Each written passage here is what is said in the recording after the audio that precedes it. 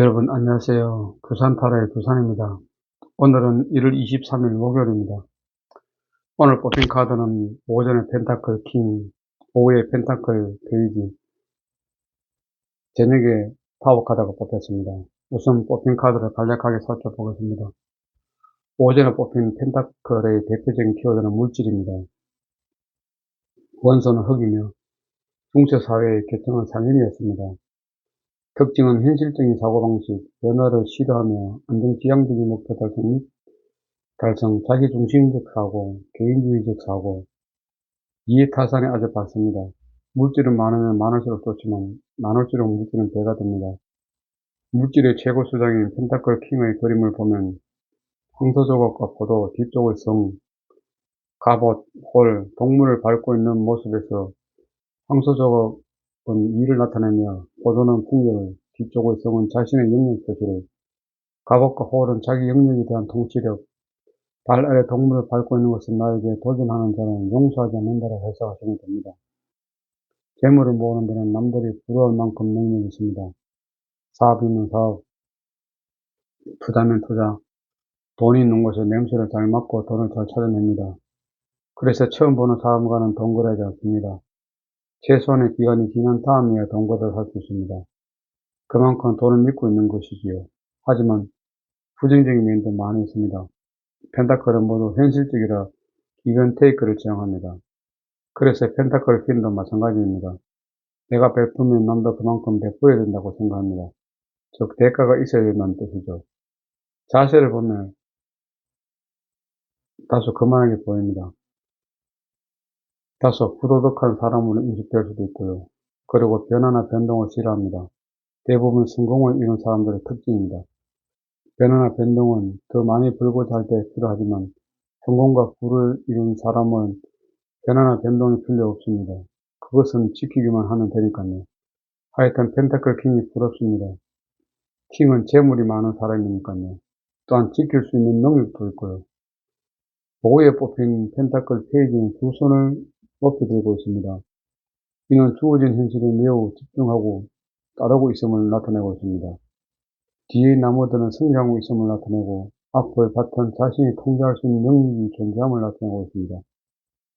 바닥은 꽃이 핀 잔디밭인데 이는 자신을 둘러싼 환경과 편안한 관계를 맺고 있음을 나타내고 있습니다. 깃발을 들고 펜타클을 보는 것은 미래에 대한 기대감을 나타내고 있습니다. 상대 카드로 나올 경우 해당 분야에 능숙한 인물은 아니지만 목표를 세우고 꾸준하게 노력하는 사람입니다.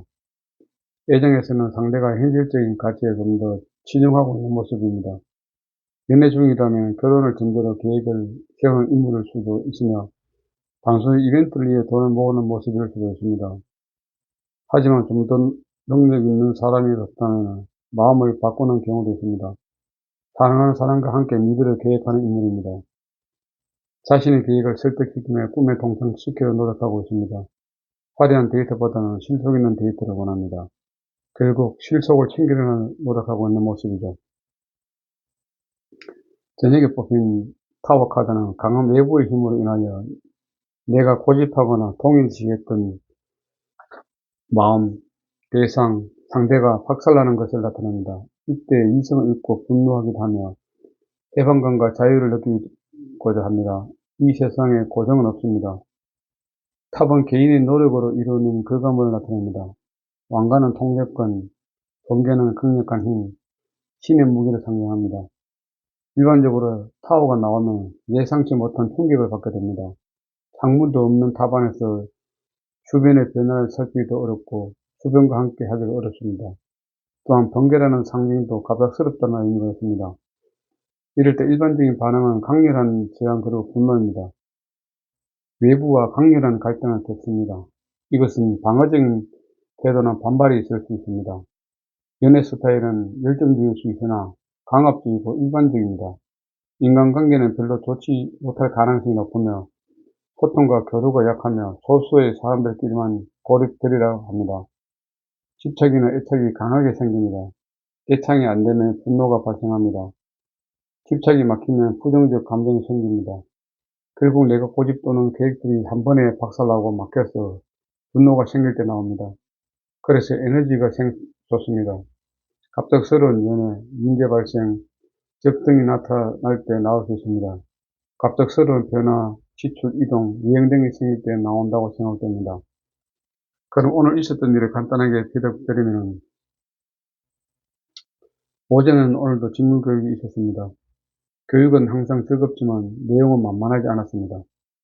열심히 노력해야만 되는데 노력이 조금 덜하지 않았나 생각됩니다. 한 번 더 반성하는 계기가 되는 것 같습니다. 오후에는 특별한 사정 없이 사무실에서 일상적인 업무를 수행하였습니다. 저녁에는 집에서 식사하고 나서 있는데 딸이 집으로 식사를 하러 왔습니다. 그래서 식사하면서는 이런저런 이야기가 있었는데 이사하는 관계 때문에 약간 언쟁이 있었습니다. 그 이유는 뭐냐면은 그 딸내미가 이사 오고자 하는 그 방향이 원래 대장부 방향이기 때문에 나는 좀 조심을 해야 된다 하는 그런 의미인데 아마 딸내미하고 다른 사람들은 그 내용을 잘 모르고 있었습니다. 그래서 이제 제가 이 내용을 이제 갑자기 말했을 때 반응들이 그렇게 썩 좋지는 않았습니다. 그래서 저는 일단 그렇게 알고 있어라 이렇게 이제 이야기하고 말하는 상태입니다. 오늘 저희 마음은 분리였습니다.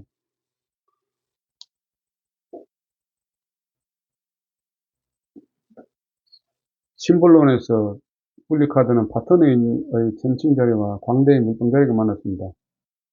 파트너는 전칭자리를 사인으로 금성을 행성으로 공기를 원소로 활동공이 특징입니다. 반면 광대는 물병자리를 사인으로 수랑성을 행성으로 공기를 원소로 고정공이 특징입니다.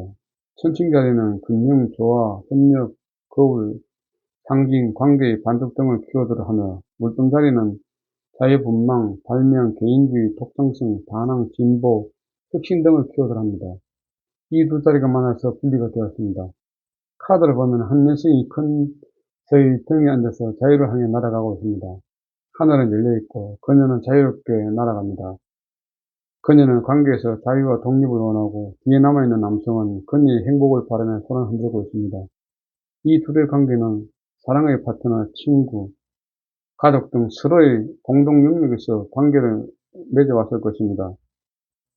공동의 과제들이 종료되어 이별을 하고 떠나가거나 삶의 새로운 파트너가 생겼을 배신이나 이혼으로 관계를 청산한 것일 수도 있습니다.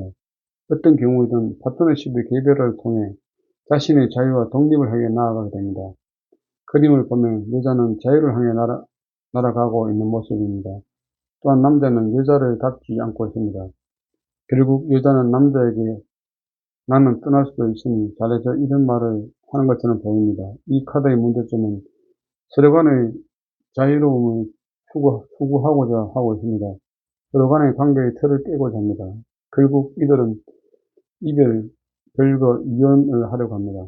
동업에서 파트너와 분리하려고 합니다. 함께 공생이 힘들고 더 좋은 조건의 파트너를 찾아 떠나는 모습입니다. 이것을 해결하기 위해서는 관계에서 떨어져 지내야 됩니다. 그리고 장거리 커플, 주말 부부가 됩니다. 결국 현재 관계에서 벗어나게 되는 것입니다. 각자의 독립성을 추구하기 위해서 말입니다.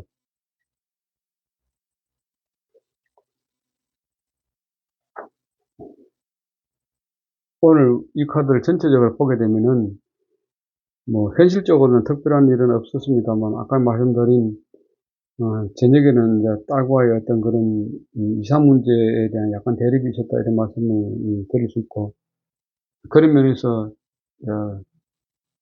저희 마음은 분리였지 않나 이렇게 생각합니다. 물론 분리는 되지는 않지만 그래도 또 간섭하는 것이 싫어하기 때문에 나름대로의 분리를 해줘야 되지 않을까 이렇게 생각하는데 아마 조금 그렇지만 그렇게 안 될 것 같다는 그런 생각을 하면서 어쨌든 오늘 저희 일정에 대한 피드백은 모두 마치도록 하겠습니다.